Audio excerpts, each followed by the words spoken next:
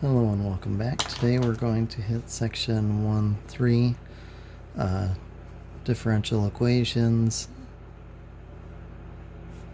as models, mathematical models. So this one we'll introduce several and we'll sort of delve deeper into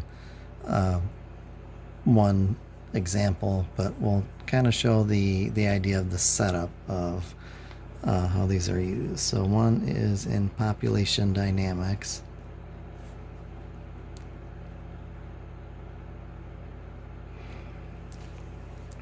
And the idea with population dynamics is that the change in population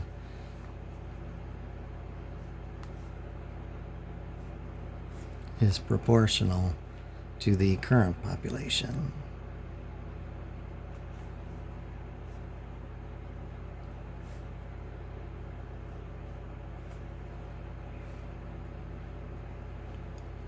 So what that would look like as a differential equation, change in population with respect to time is proportional to equals k times the current population, so times p.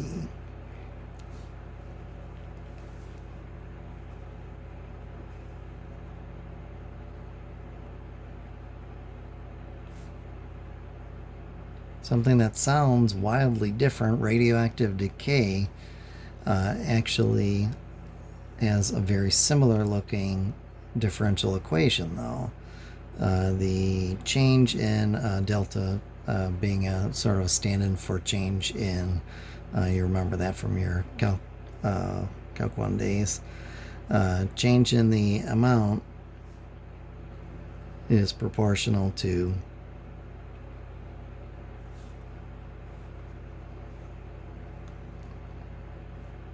the amount present.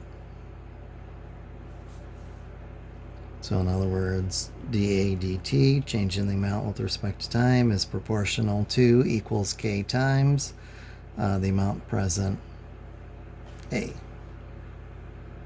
How much is there? So really the kind of same setup. Derivative is equal to k times not a constant, my apologies, an initial either population or amount.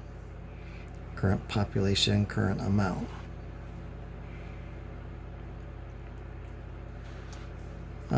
Another one, a little bit more involved, but not too terrible, is Newton's law of cooling or warming.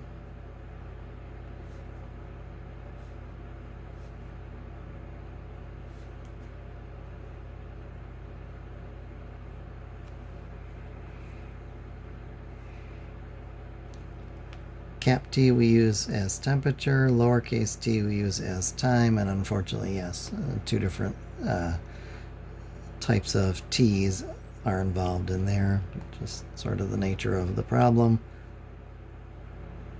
It's equal to k times t minus t sub m. So here, T is the temperature of the object, who's already mentioned lowercase t is time, and T sub m is the ambient temperature.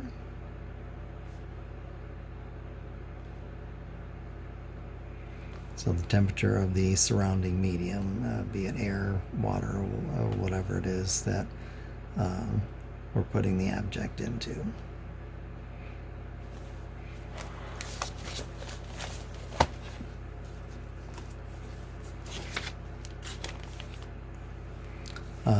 The author states that k is less than 0 for the previous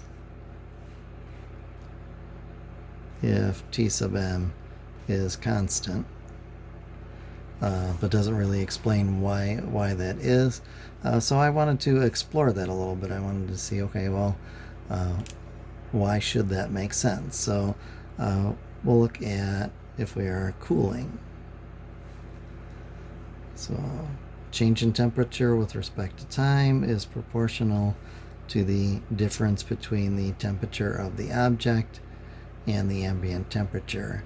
So if the object is going to be cooling, that means our object is hotter, our ambient medium is cooler. High temp minus low temp, high minus low would be a positive number.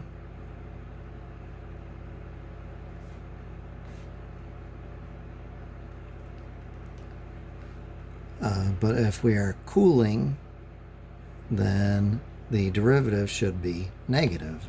Our value should be getting low. So negative is equal to k times a positive, so k is equal to a negative if we are cooling.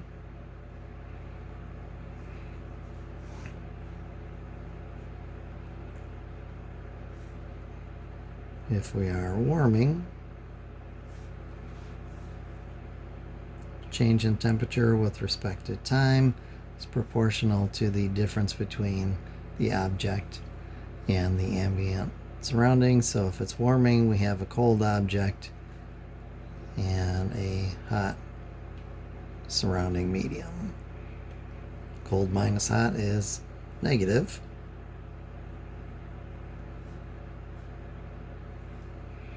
And if it's warming, change in temperature would be positive. So that's why we're claiming that k is less than 0 if our ambient is constant.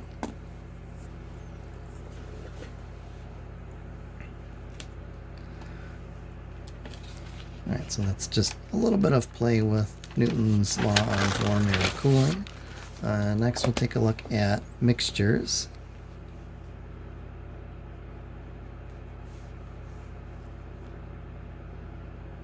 Change in the amount with respect to time, rate in minus rate out.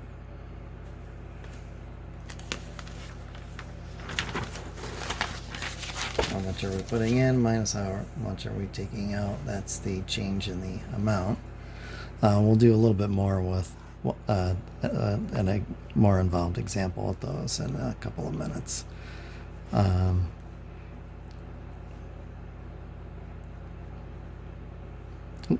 We'll get to air resistance in a moment. First, we want falling bodies. My apologies.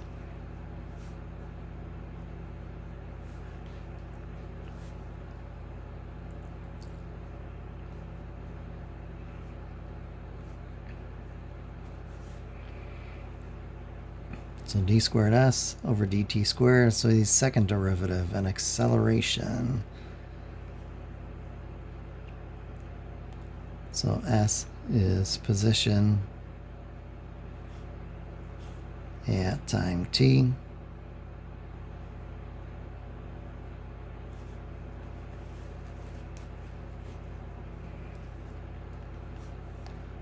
G is gravity.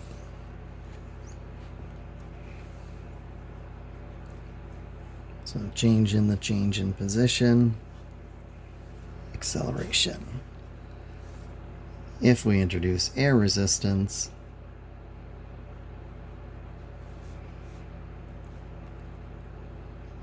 then we have mass times dv dt equals mg minus k times v. So m said mass, g is still gravity,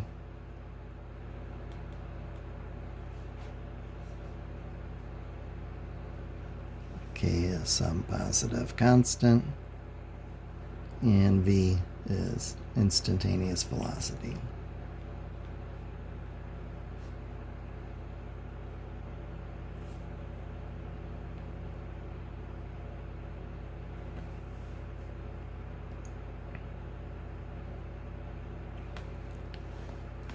So if we kind of combine those and look at what the acceleration then becomes d squared s dt squared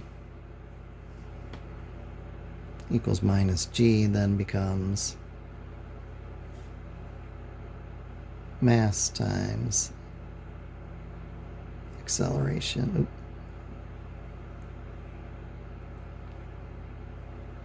D squared s dt squared. It's mass times gravity minus k times ds dt. So change in position. Or if they want the derivatives on the same side, they'll also write it as mass times acceleration plus our constant times velocity equals mass times gravity.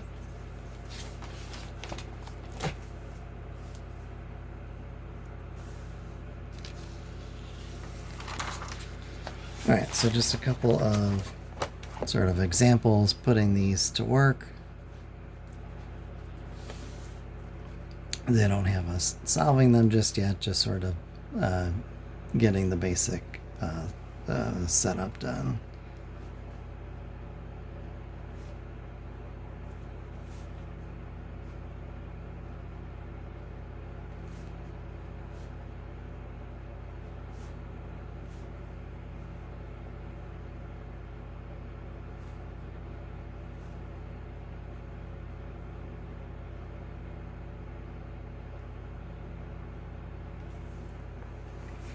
So this one will do sort of a disease modeling. You can do a similar one with flu or really any communicable disease. COVID-19 is kind of a current topic.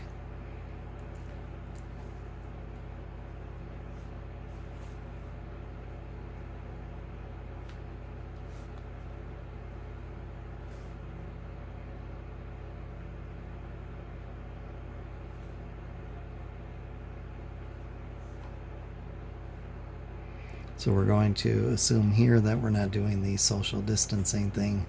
We just have 10,000 residents and they're just going to kind of not know that this is happening and mingle among one another.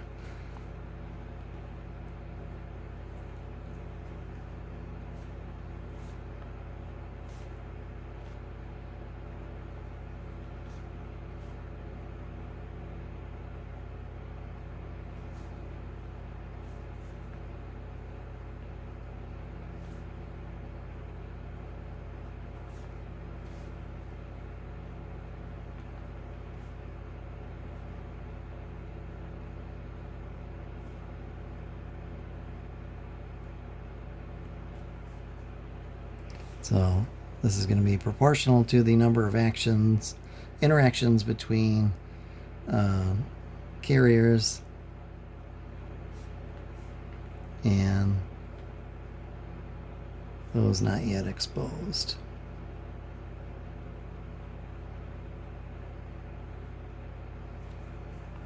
So then the change in the number of cases with respect to time, they said, is proportional to the number of interactions. So if we have V people exposed, we have for this town 10,000 minus V people not exposed. That's really kind of the thing they're looking for in most of the homework in 1-3.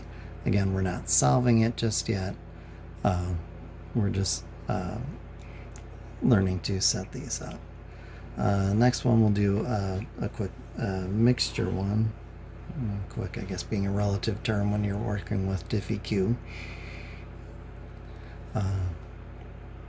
So we have a storage tank, and at the moment it has 100 gallons.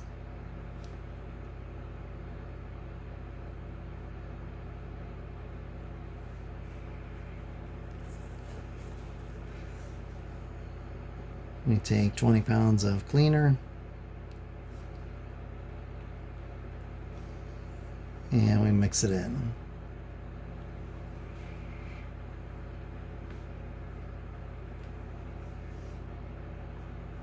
We'll take water and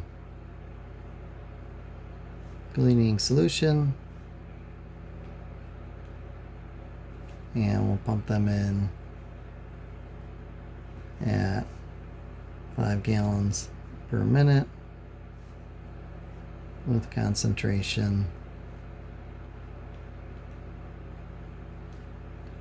of 1 pound per gallon, pound of cleaner per gallon.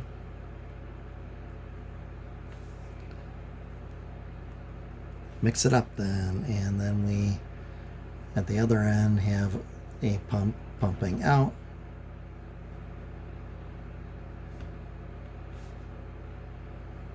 We pump out 3 gallons a minute.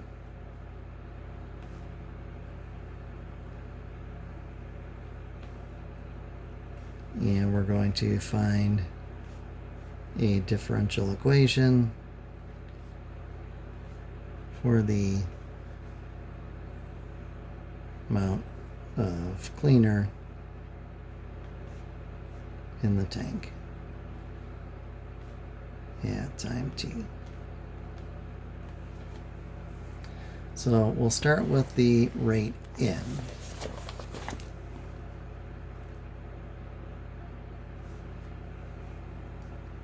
So we said we were pumping in 5 gallons per 1 minute, and that our concentration was 1 pound for every gallon. So our rate in, the rate of the cleaner entering, notice the gallons are going to drop, and we have 5 pounds per minute coming in. The rate out, though, is a little bit more complicated. You may have noticed that we're pumping it in at a rate of 5 gallons a minute and pumping out at 3 gallons a minute.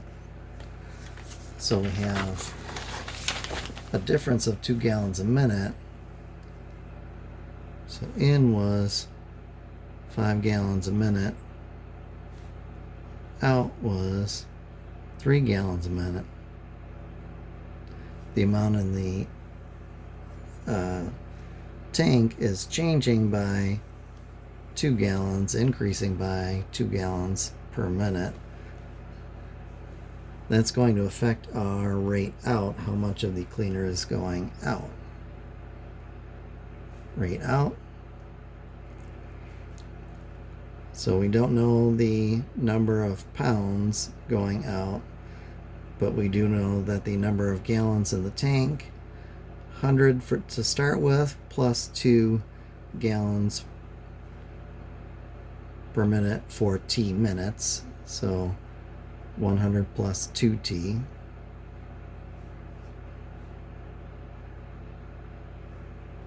Gallons.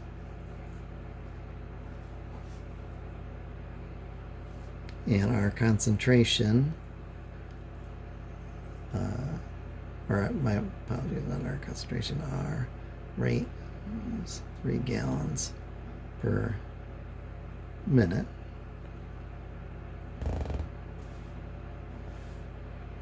So now we have our pounds per minute, so 3A pounds for 100 plus 2t minutes.